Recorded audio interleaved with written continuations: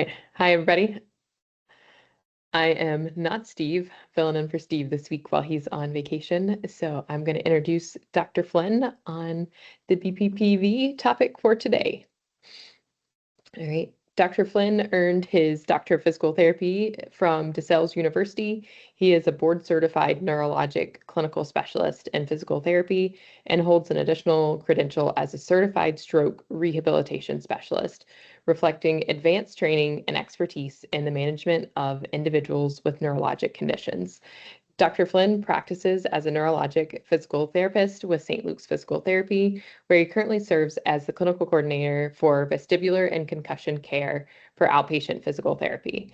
His clinical practice focuses on the treatment of individuals post-stroke, those living with Parkinson's disease and multiple sclerosis, older adults at risk for falls, individuals with concussion, and patients with vestibular dysfunction. He has a strong professional interest in vestibular rehabilitation and is committed to continued professional development through the pursuit of advanced vestibular physical therapist certificate at the University of Pittsburgh.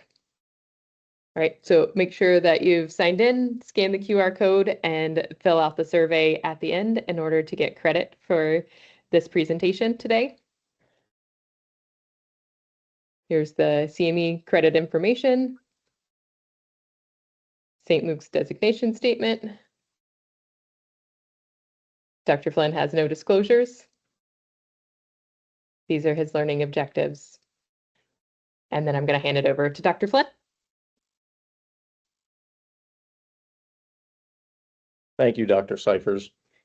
So just to start off today, thank you for joining me in this talk about complex BPPV management. The first part of this talk will be on just the background of BPPV, reviewing vestibular anatomy and physiology, as that is super helpful, especially in more difficult cases of BPPV, going over tests to assist with diagnostic criteria for posterior canal, horizontal canal, and the other atypical presentations.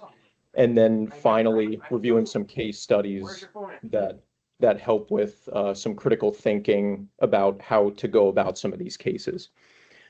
So first, we'll start with epidemiology.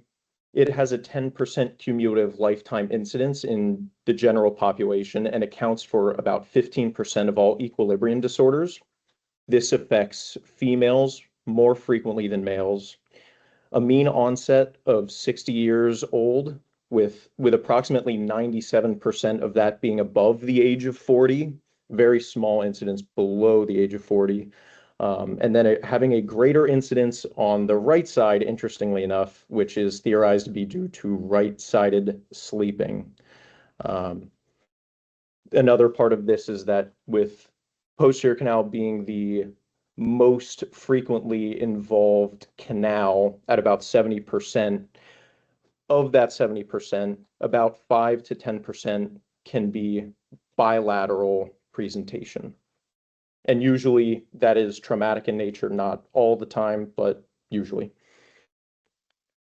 So etiology, researchers haven't quite figured out the exact causes of BPPV. They have identified predisposing factors and risks that could predispose you to BPPV, but most of the time it is deemed idiopathic, and about 15% of cases are due to trauma. In a recent study overseas, stratifying the amount of head trauma, minimal head trauma had about 12% chance of having BPPV. Mild head trauma or mild TBI had about 24%, and then in the moderate TBI, about 40% of that population. And in that traumatic subclass, about 21% of those population develop BPPV within the first 3 months. Another interesting contributor would be post-surgery directly to the oral area, so the ear area. So now getting on to the predisposing factors. We cannot outrun father time. Aging is a significant predisposing factor. Meniere's disease, and a little bit lower than that, labyrinthine injury. So I'm going to talk about these together just because it's affecting the labyrinth itself. With Meniere's disease, you may have also heard of it called endolymphatic hydrops that can alter the otolith organs and the health of the otolith organs in the macula that hold the calcium carbonate crystals. And with labyrinthine injuries, it could include diabetes, a vestibular neuritis, hypertension, even as it's looked toward the vascularization of the labyrinth that could again degenerate the macula and utricle that could contribute to the crystals essentially falling out of the macula and becoming free floating in the utricle.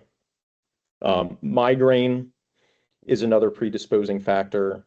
Vitamin D, the research is still iffy on this one. There is definitely a link between low vitamin D and having BPPV, but it does not necessarily account for recurrence, which we'll talk about a little bit later with recurrent BPPV. Osteopenia and osteoporosis, this contribute the calcium carbonate crystals, osteopenia can contribute toward them being more frail, fragile, and sloughing off of the macula, being more brittle. And then trauma, I talked about that on the slide previously. So some vestibular anatomy. These are going to be helpful just so you're understanding what exactly is going on in my patients with BPPV.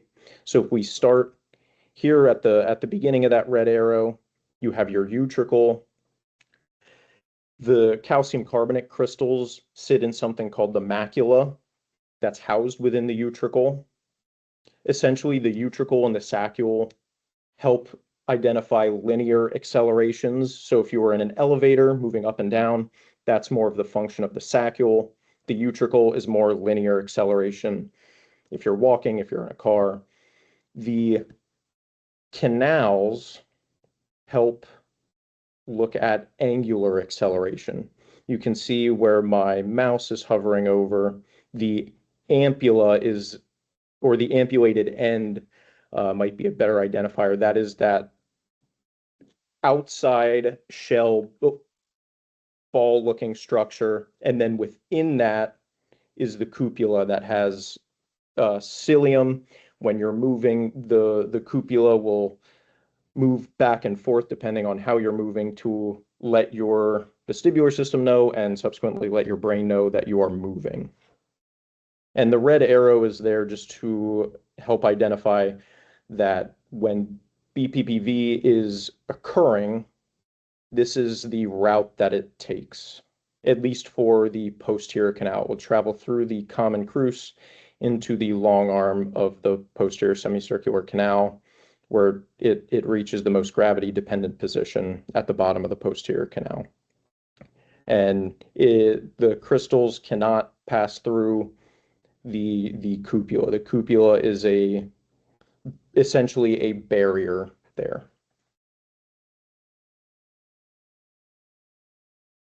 So just another illustration, you're having the crystals come from the utricle through the long arm of the posterior canal or the horizontal canal, and in very rare cases, the anterior canal. Another thing just to touch on, the utricle houses dark cells, which we know are essentially trash compactor cells within the utricle. So if there were brittle otoconia, and dark cells help essentially recycle them. We also know that in disorders like Meniere's disease or even labyrinthine dysfunctions, vestibular neuritis, labyrinthitis, the dark cells can be injured in that process. So that could contribute to possible secondary BPPV, and why sometimes when you have concomitant vestibular disorders that they can be so hard to treat. And then when we are going through our CRMs, this is the direction that in typical cases that we are moving through an Epley maneuver, the debris is moving through the long arm of the posterior canal and dumping back out into the common crus, back into the utricle. So here's where things get interesting with BPPV physiology. And this slide is a little bit wordy and looks complex. I will break it down. So looking on the left part of this figure, you'll see trajectory B. This is your optimal trajectory. These are the patients that are very clearly having, say, posterior canal involvement. There's that latency period when you put them in the downward position of the Dix-Hall pike, and the nystagmus could last anywhere from 20 to 30 seconds for a canalithiasis. The latency is from moving through the ampulated end. When the debris is falling in a larger space, the pressure on the cupula is not significant, therefore no symptoms. There's a latency period. As soon as it hits the lumen or where the canal starts to narrow, that's when symptoms begin, because there's a greater pressure differential that is acting on the cupula. And that's what these are showing on the right-hand side. And you can see with A, there seems to be a little bit of a longer latency because of the time that it's traveling through the ampulated end. And then as soon as it hits the lumen, there's a really strong spike. And then with C, for the most part, it is considered silent due to wall hugging. So as soon as it gets close to the wall, it's acting differently on the cupula. Interestingly, smaller otoconia fall slower than larger otoconia. So if you have smaller particles that are floating through that lumen, those people may present with longer nystagmus. If somebody has a larger particle, that not that this necessarily you're thinking about this in terms of your treatment, again, more just interesting physiology. If there's a larger particle falling through, you're going to see a really strong spike in nystagmus and have it level off quicker. In pathologies like cupulolithiasis, the cupula only has about 1/3 of the pressure that's exerted on it than a normal canalithiasis. So you may see prolonged nystagmus and very not intense nystagmus with this. From this paper, this is mathematical modeling. They suggest that inertia plays little role in movement of otoconia, but it may help break up clumped otoconia or wall particles that are on the lumen, which is kind of interesting. You think about your Semont maneuver and these acceleration inertial based maneuvers that maybe we're doing something differently than we think. So symptomology. Your patient comes in and they say, I have a diagnosis of vertigo. Vertigo can be a symptom of BPPV, but vertigo is never a diagnosis.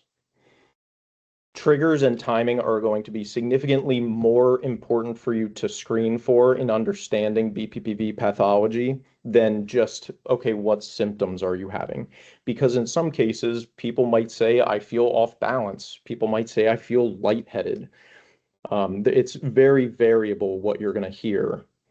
But what we do know is that there are very specific triggers in at least typical presentations, and in some atypical presentations that still rings true, but they may also have other complaints as well. So the model of titrate will probably be the most helpful in your vestibular diagnostic exam. Timing, triggers, and targeted exam. So this is data from a Falls clinic in 2024. There were 618 subjects enrolled in this study. All of the subjects were screened for BPPV, regardless of whether they said they were dizzy or not. Of the 618, 39 were positive for BPPV. Of that 39%, 26% did not complain of any dizziness, which that falls into the category of vestibular agnosia, which is becoming researched more and more, especially in older adults, traumatic brain injury. And then of the positive results of that initial 39%, 56% of that was multi-canal involvement. So the bottom line from that is if you are treating patients with balance dysfunction, especially our older adults, trust nobody. The big thing with this is that even in the World Fall guidelines, based on expert opinion, they are recommending that you screen your patients for BPPV, which gets us into the next part of this, which would be some testing maneuvers. So I added a loaded Dix-Hall pike instead of the regular Dix-Hall pike, as I'm sure a lot of you are familiar with the Dix-Hall pike. Side-lying test, a half-Hall pike, and in conjunction with an inverted release position, a roll test, and a bow and lean test. Before we get into the maneuvers themselves, BPPV nystagmus. So there is a Barony Society, which is the governing body of a lot of vestibular disorders. The Barony Society paper just on nystagmus classification, which is a really good read if you want to get really into the nitty-gritty of things. First, you're going to name the nystagmus direction based on the patient's anatomy. So if it is upbeating, that means it would be toward the patient's forehead. The naming the nystagmus direction should never be in terms of the clinician's orientation to the patient. The rotation is in reference to the upper pole of the eye. So if you had a line going right through your eye vertically, that would be the rotational plane that you want to go by. You should avoid using words like clockwise or counterclockwise, just because is that in terms of the clinician or is it in terms of the patient? So avoiding terminology like that. BPPV nystagmus will always have a fast and slow phase, meaning there will be a quick eye movement. Again, I'm going to use posterior canal, typical posterior canal presentation, just because I think that is the most, the easiest to imagine. There's a quick eye movement upward with a rotational component and then a slow phase back to wherever the patient is looking initially. They should obey Alexander's laws. So Alexander's law is that looking in the fast phase of the nystagmus will increase the amplitude. If I have, again, right posterior canal BPPV, if I look upward and away from the torsion, it's going to accentuate the vertical component. If I look toward the direction of the rotation, so if it's upbeating to the right, if I look to the right, you may see very little verticality to it, but you'll see a lot of torsion. And then for horizontal canal BPPV, it should either be labeled geotropic or ageotropic. Geotropic meaning toward the earth, and ageotropic meaning away from the earth in a roll test. So moving on to our first positional test, the loaded Dix-Hall pike. This was adapted from Jeff Walter and his group in Pennsylvania. They operate out of Pennsylvania. It looks very similar to a Dix-Hall pike with the same ending position, but you are loading the debris toward the cupula so that there's a further trajectory that it has to travel, meaning you're going to have prolonged nystagmus and likely more intense symptoms because of what you're doing to the crystals before you lay the person in that down position. And I included even the upright position there just as an N, because I know a lot of us, we see nystagmus and we want to immediately treat it, but that is technically the N position, which is relevant in later slides. The sideline test, it shouldn't be overlooked. I use this frequently in people that have cervical, lower back, general mobility issues, and especially if you are using it as a screen where you're saying, oh, I'm not sure if this person has BPPV, you can always have them either do the sideline test really quick or say, hey, we're going to do an exercise on the mat table. Let's have you get on the mat table and just tell them to do this. It has a very similar sensitivity and specificity to the Dix-Hallpike. And even in the sideline test, in that first position with contralateral head rotation, you can even load that with pitching your head downward. So it'd be similar to the loaded Dix-Hallpike. There's no study verifying a loaded sideline test. That's just based on the anatomy and physiology of the vestibular system. And in all of these pictures, if you were to go back and think, oh, I need to go back to that slide, these are all testing the right ear, even the horizontal canal positions. Next, we have a half Hallpike. So you're essentially doing a Dix-Hallpike, but you're elevating about 30 to 40 degrees of head above the horizon. So it almost looks similar to a roll test. And what this illustration is right in the middle from Janet Helminski is that you're loading the cupula with the crystals are in the most gravity dependent position if they are on the cupula.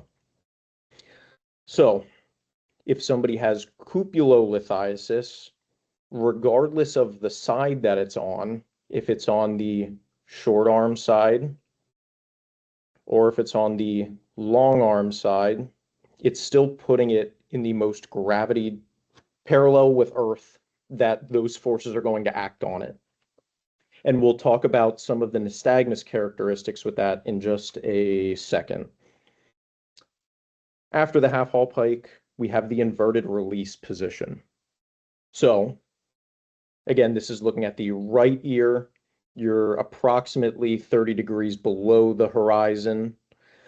And you could see in her illustration up there from the same author, Janet Helminski, you are testing the most upward ear in this position, and again, can assist with diagnosis of cupulolithiasis, and even as a possible treatment for short arm canalithiasis. Based on this picture, you can see some of the debris is floating back, back toward the utricle.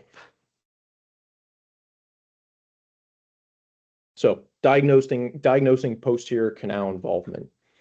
We talked about this a little bit prior.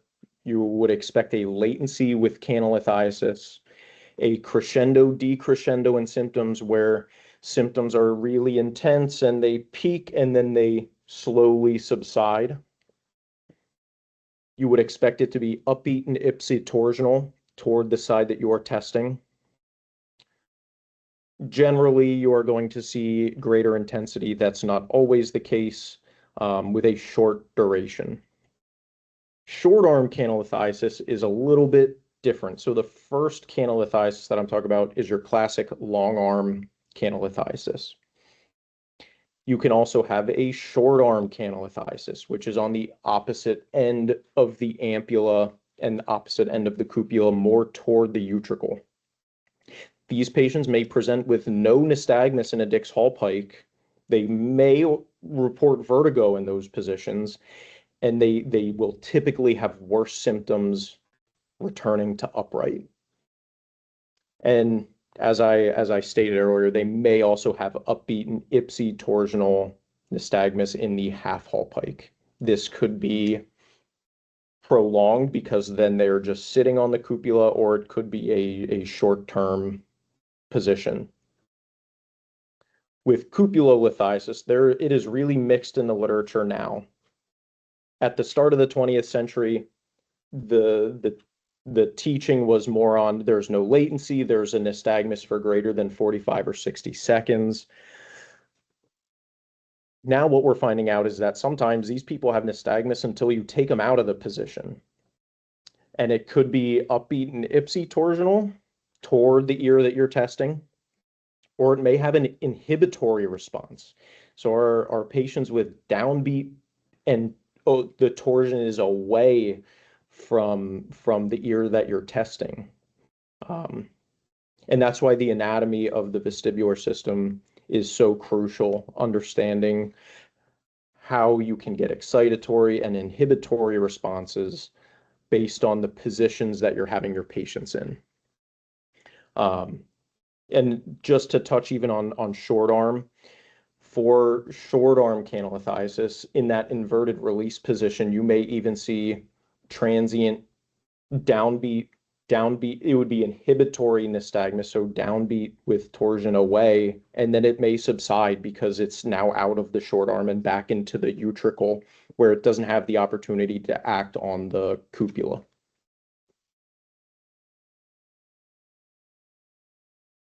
All right. The roll test, or you may even see it as like the Pagani-McClure test. You're in a roughly 30 degrees of flexion to optimize the position of the horizontal canal, and you're rotating again about 90 degrees. You can adapt this by, if patients are not as mobile in their cervical spine, you can always have them log roll. It will do the same thing. You're orienting the canal however you need it to be to test. And good to be aware of, bow and lean. I don't use this too frequently, but if I'm stumped on the side that I'm treating with, if I'm looking at a roll test and I'm saying I'm not quite sure, the bow and lean can be helpful in determining the side that you need to treat. And next we have diagnosing the horizontal canal. And then in the next slide, we're going to get to more specifics about the roll test, bow and lean. So you're expecting a latency with the geotropic variant. It should be direction fixed towards Earth. Again, you would expect a crescendo, decrescendo, generally more intensity toward the side of involvement. So if you are doing a right roll test and the patient is horribly dizzy and they have raging nystagmus, and you bring them out of that and roll them to the left side and it's just kind of muddling along and then goes away, you would expect that the right side would be involved. For a geotropic variant, you would not expect a latency. It would be direction fixed away from the Earth. It may be persistent until taken out of that position, which I have had patients not able to tolerate more than 30 or 45 seconds of holding that position when we're doing maneuvers. You would expect a lower intensity toward the side of involvement. And then on the next slide, this is straight from the 2017 BPPV CPG update that was put out by the Academy of Otolaryngology. I have this on my desk just because I find it super helpful if I run into a horizontal canal. It gives you exactly what you need to know to help diagnose the side that you need to treat.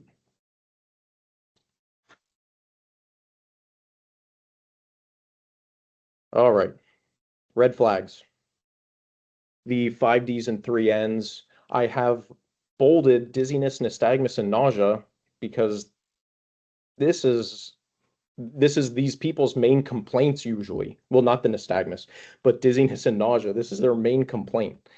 So highlighting how important it is to receive a good history from your patient is crucial. Looking at VBI, you want to make sure that they're not having any sort of vertebral-basal or insufficiency. Direction changing nystagmus, I also have bolded just because that could be something with your atypical presentations. That may be something that you see. There are horizontal canal cases documented that have ageotropic presentations on one side and geotropic presentations in the opposite side roll test. Something to be mindful of if somebody has direction changing nystagmus in primary gaze, that is very likely not BPPV. That is much more likely central. But when I am talking about direction changing nystagmus, I'm talking purely in positional testing, which is, again, rare as it is. Purely vertical or purely torsional nystagmus. And then this is maybe not so much a red flag, but if you are doing positional tests with somebody who has RA, Down syndrome, cervical stenosis, a known stroke, spinal cord injury, Paget's disease, and ankylosing spondylitis, you want to be cautious with these people because of either how their spine is moving due to autonomic dysfunction or due to fragility of like bone health. So clinical pearls for diagnosis. Looking for reversal nystagmus. In a study done by Jeff Walter, he looked at 167 participants with classic posterior canal BPPV. 129 of those patients had a reversal, meaning in, let's say, a right Dix Hallpike, they had upbeat and right torsional nystagmus. When they sat up, it transitioned to downbeat and away from the involved ear. And generally, reversal could be an indication of a failed maneuver when returning to sit upright. I talked about Alexander's Law earlier. You can have, as a confirmation, have your patients look in those directions to amplify certain directions. The nystagmus direction is going to guide your treatment. There was a study that came out of China or Korea that they looked at people with horizontal canal nystagmus and they put them in a Dix Hallpike position. And around 30 to 40% of those people with both with geotropic and ageotropic nystagmus, they still had that same nystagmus in a Dix Hallpike position. And even looking at what side the patients are more symptomatic on, for the geotropic variant, you are more likely to stimulate the ipsilesional side, and then in reverse, for ageotropic variant, you have more opportunity to stimulate the side that is not involved when you're in a Dix Hallpike. So if you see horizontal nystagmus in a Dix Hallpike, you may be barking up the wrong tree. You may want to look at a roll test. Using vestibular goggles or modifications, especially crucial in atypical variants. Modifications that you can make if you do not have vestibular goggles or Frenzel lenses would be using a slightly darker room, having your patient cover an eye and shining a light in their other eye, so you're taking away fixation. I've used that, and that does seem to work. It's a little cumbersome. The goggles are a lot easier to work with, but that is better than, I think, the Gansfeld technique. I haven't really had a whole lot of success with that one. And then generally use a mat that you can Trendelenburg, or use the sideline test if there's orthopedic restrictions. And just with the thought of diagnosis and looking for prognostic factors, having orthotropic nystagmus or the nystagmus in the original direction while you're going through a modified Epley or Semont maneuver, patients are more likely to have a negative Dix Hallpike on reevaluation. So again, something to think about while you're treating these patients. So these are a few complex presentations that you may see. Multi-canal involvement bilateral, ageotropic presentations of the posterior canal, Lindsay-Hemingway syndrome, which is an acute vestibular syndrome with subsequent acute BPPV, horizontal canal cupulolithiasis, anterior canal, and canalith jam. There's more research coming out about canalith jams, and vestibular agnosia, just because these patients may not tell you a darn thing about dizziness, but you lay them down and they have they have crazy nystagmus, and they will tell you I'm not dizzy. So that's why it's so important to screen a lot of your older adults. So with that being said, we'll jump into our first case study. So we have a 38-year-old male. He presents to the emergency department with acute onset dizziness. He reports it to be room spinning. It is lasting for greater than 24 hours. And for him, he went on his third day of that happening. So he had already been 3 days in till he presented to the emergency department. When he comes to outpatient in about a week and a half, through questioning, finding out triggers, finding out timing, how long is your dizziness lasting, he tells us that he only has the room spinning when he lays down now. He does not do very well when he's upright with quick head movement. He could have quick head movement even sitting down and he will feel dizzy, but especially upright. His past medical history, he has GI issues that are undiagnosed. He was going through diagnostic processing when we were seeing him. He has a history of migraine, and he has a history of isolated optic neuritis. So when he came to us, he just had this constant drunk feeling. It could happen bending over, getting out of bed, quick head movement. But he did say, like, that the room will spin when I'm laying down. And that's why it's so important to listen to your patients, because if you didn't ask any of those questions based on his history and his hospital stay and what you're getting from the EMR, you're thinking this is an acute vestibular syndrome. He likely has a vestibular hypofunction, which he does. He has still within this window of seeing him pretty early on with vestibular goggles, he does have left beating nystagmus in primary gaze.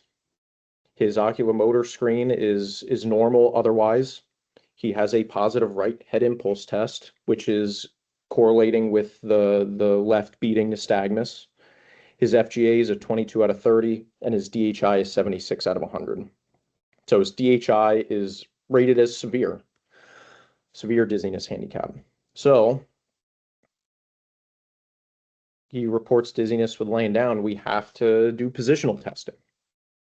So in a right Dix Hallpike, again, he initially has horizontal left beating nystagmus no matter what he's doing. This is with vestibular goggles on. So then we put him in the downward position of the Dix Hallpike.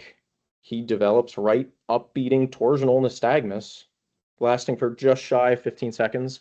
And then it transitions right back to that left beating, which I guess you could classify as agiotropic in that position. His left Dix Hallpike is unchanged. He still has that left horizontal beating nystagmus.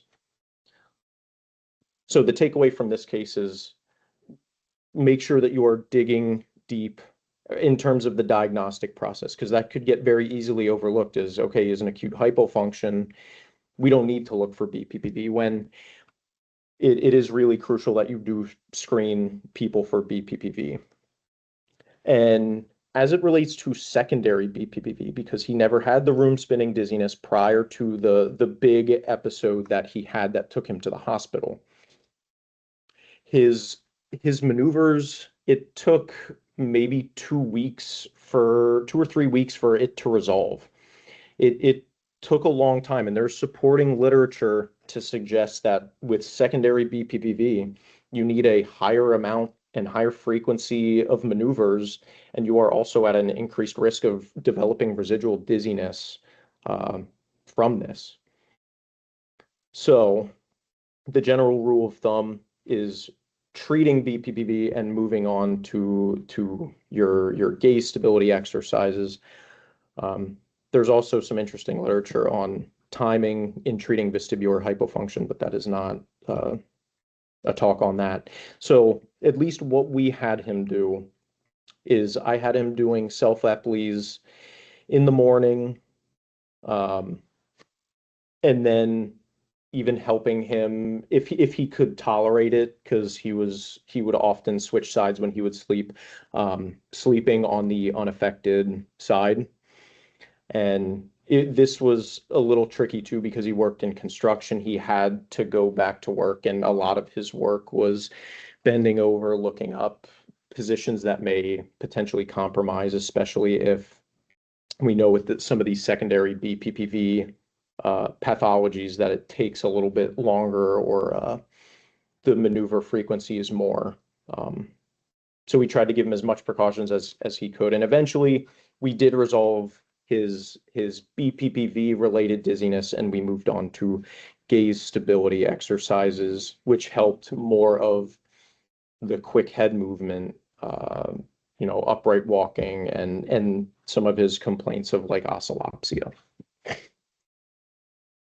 All right, on to the next one.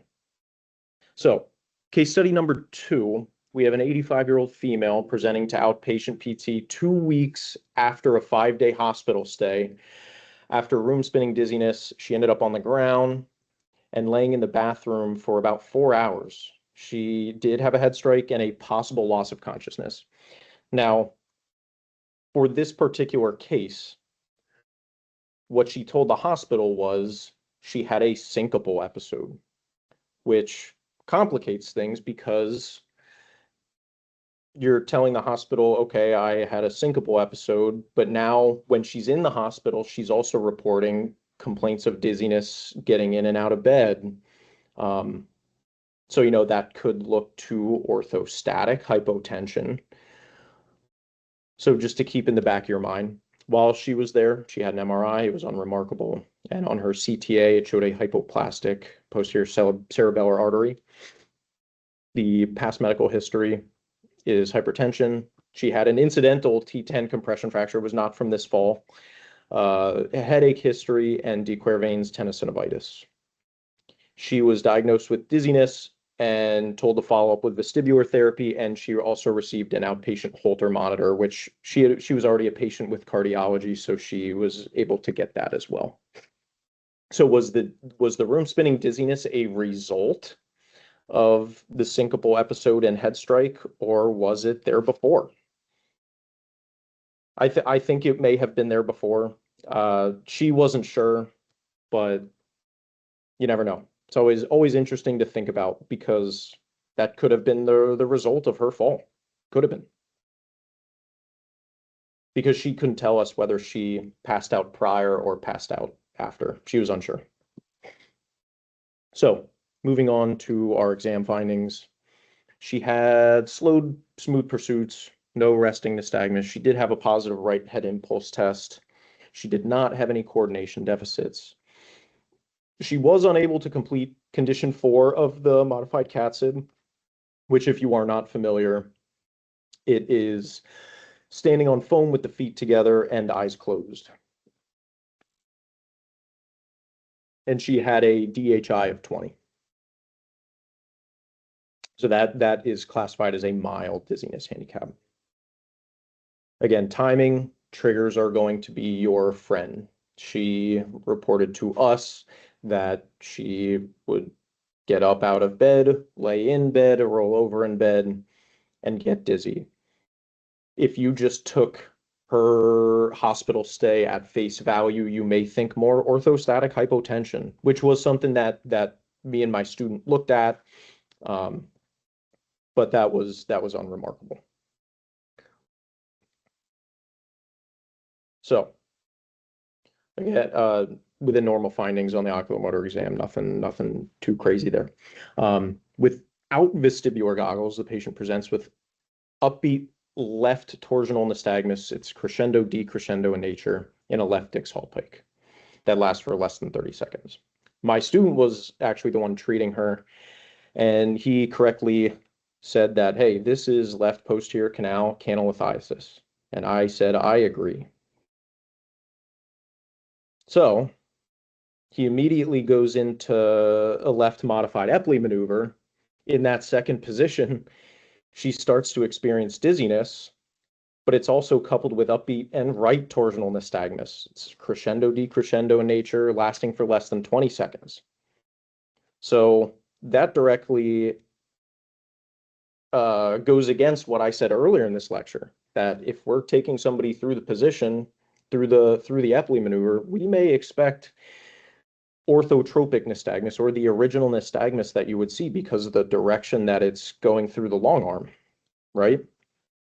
So being an astute clinician, you can identify that the second position of that modified Epley maneuver is exactly right, like a right Dix Hall pike. So it generates upbeat and right torsional nystagmus. We likely have a case of bilateral involvement on our hands. So what we did, we treated the sides separately. I think recent literature does suggest that you treat separately. I guess theoretically you could treat both sides in one session. You may just want to give a longer period of time between maneuvers from side to side. But the bottom line in this is treat what is most evident first. See what's left. So in our case, me and my student were still confident that she had left posterior canal canalithiasis. So we treated that. When she came in the next time, we looked at a left Dix Hall pike, nothing. Put her in a right Dix Hall pike, upbeat right torsional nystagmus. So definitely treat what is most evident first, and then see what's left. On to case study number 3. So a patient presents, a female patient presents to outpatient PT with dizziness for the past week, occurs rolling in bed, lasts a very short duration. She has left posterior canal canalithiasis. She's treated and discharged in the next visit with no symptoms and negative positional testing. Those are always the nice ones. However, she returned a month later. She says her dizziness is way worse. Oh boy. She has more intense symptoms, and it is greater with right sideline. She has a past medical history of lymphedema, chronic myelocytic leukemia. She has a lesion on her femur. Interestingly enough, she has a greater than 10 years ago first onset of BPPV, so she's a recurrent BPPVer. Hasn't happened in a long time though, except for this past month.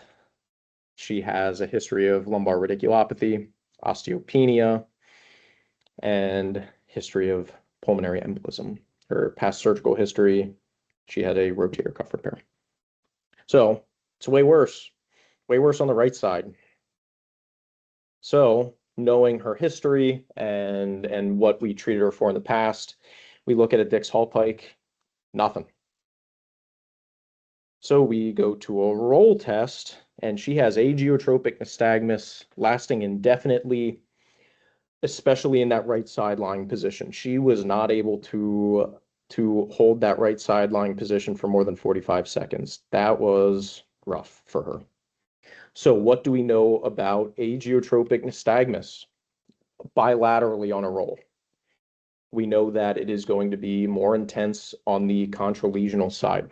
So we would expect that actually the same ear that we treated a month ago, it's the same ear that is the problem here.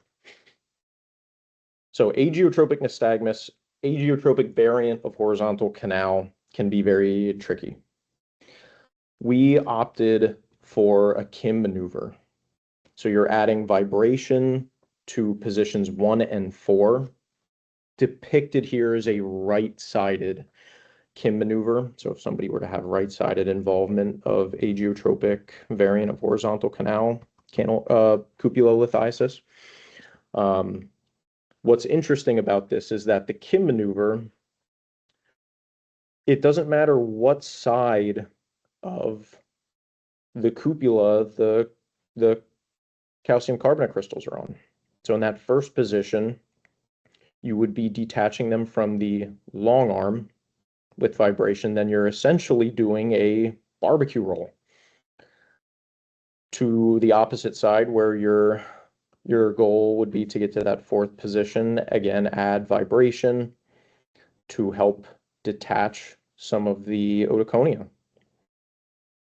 And then in the 5th position, you're dumping it out back into the utricle. This took a while. This took 2 or 3 weeks. She reported a slowing of symptoms. The symptoms were not as intense as the sessions went on. So I did a combined approach of a Kim maneuver and the agiotropic Gufoni, which would be to help convert it into canalithiasis, or at least in hopes to. This one was tricky because just again, the length of duration, she was still having symptoms for a while. You start to think, okay, am I treating the right thing? And again, over time, her symptoms did gradually get better. She no longer experienced dizziness with ADLs and bed mobility. I think she was very apprehensive about things when she did no longer felt dizzy with ADLs and bed mobility. She didn't want any follow-up appointments, which I always like to have just to make sure that if I'm doing positional testing, it's still not causing the dizziness. Um, but she reassured me that she felt fine and was on her way. Lastly, so we have a 73-year-old male who is participating in orthopedic PT when he gets up from the mat table and begins to experience severe retropulsion, nearly falling off the mat table. And luckily, that therapist was paying attention, caught the patient, and he knew immediately, hey, you got to go see our vestibular therapy friends. His past medical history includes type 2 diabetes, sleep apnea, peripheral arterial disease, peripheral neuropathy, and coronary artery disease. His past surgical history was a right total knee, which had problems of its own. He had a coronary artery bypass and a pacemaker placement. So we can see a lot of the patients that I have treated, their past medical history includes some sort of predisposing factor. Again, not for all of them, but most of them. So this just highlights a course of the continuum of care. Excuse me, that this patient went to the emergency department 2 or 3 months prior with severe room spinning. 2 weeks prior to that, he felt a little bit of shaky waviness, but it was off and on. He wasn't too concerned about it until that big episode hit. He was told he had vertigo and received a home health referral. Until now, he had no specific interventions for his dizziness, and he's been taking meclizine since home PT every morning, which we know for our adults that are over the age of 65, that as a primary treatment, excuse me, it should be used in conjunction with vestibular therapy or CRMs, but never just as treatment alone per the 2017 CPG BPPV guidelines. So the findings here, he had a wide base of support, slow shuffled gait with his cane. His FGA was a 10 out of 30. Again, this is more likely due to he had widespread mobility issues, his peripheral neuropathy. His DHI was a 52 out of 100. His modified CAT-SIB was 37 out of 122. So he's only able to complete 7 seconds in condition 2, which is standing on a firm surface, feet together, eyes closed. He had slowed saccades, difficulty tracking with smooth pursuits, and a positive right head impulse test. He had a positive right sideline test, again with classic canalithiasis features. He had a negative roll test, and the sideline test was chosen due to mobility deficits. So, over the next 3 weeks, he was treated without success. He still had his symptoms. During the 6th session, he was treated on a Trendelenburg mat table, and we decided to do an Epley maneuver. Went through the Epley maneuver okay, sat up, and then we repositioned him. We are going to do another Epley maneuver. We're going to see how he responded in that Dix-Hall pike position when we noticed geotropic nystagmus with severe room spinning. Oh boy. So now we have the nystagmus change direction. What the heck happened? We get him upright, and because we're thorough clinicians, we're going to do a roll test because he had geotropic nystagmus. He had horizontal nystagmus in that position. Sure enough, he had a positive roll test. We had converted him from a posterior canal to a horizontal canal.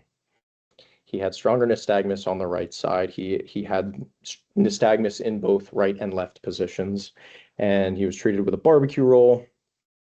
And on the next retest, he did not have his symptoms. We sent him home. And for this particular person, we had started very early on with the sleep maneuver, which is, again, laying to the unaffected side. You lay back and then lay toward the unaffected side, which he was pretty compliant with per his telling us. So comes back next session and he still has his posterior canal. He no longer has horizontal canal like we had converted him, but he still had his posterior canal.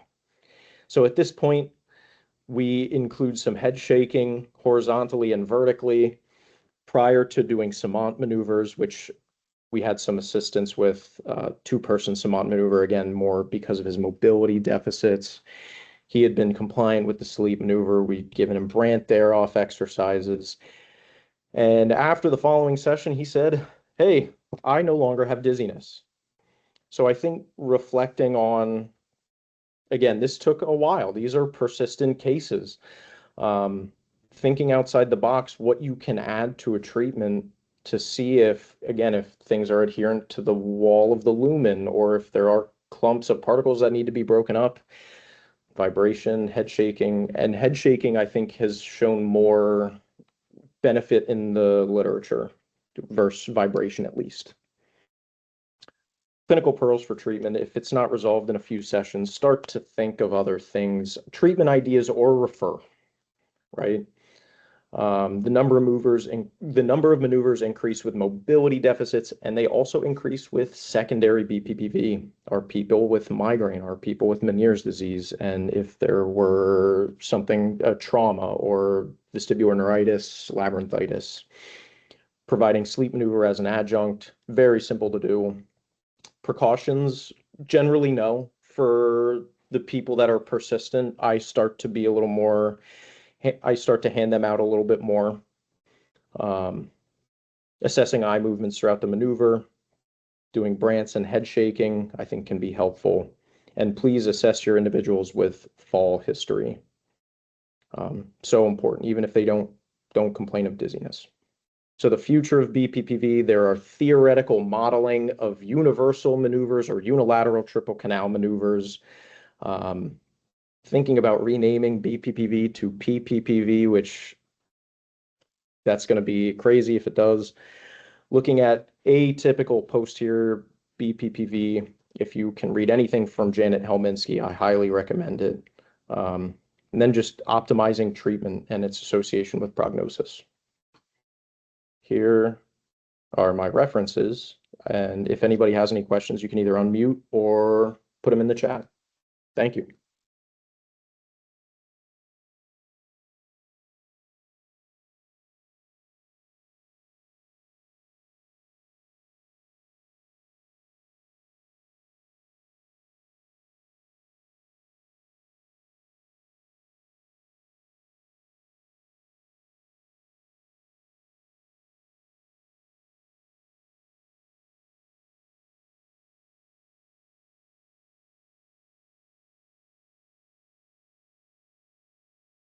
Same question so far, but I have one. Okay. How many reps would you say it takes of evaluations to feel confident in performing these techniques? That's a good question. So Dr. Cyphers had asked how many repetitions does it take for you to feel confident in your exam? I don't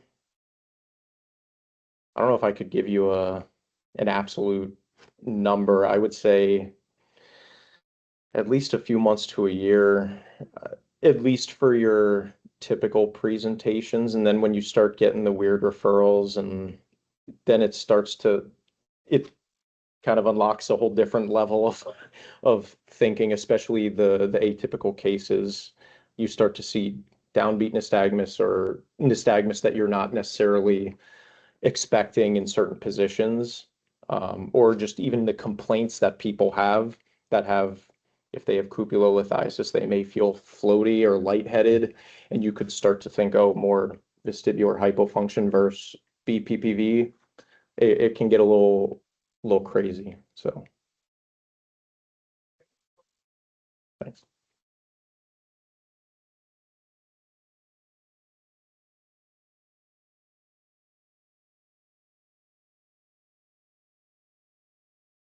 All right, and if you did want any updates for the slides, there were a couple small updates after Steve originally sent these out. You can always reach out to Dr. Flynn for those additionals or any additional questions you might have.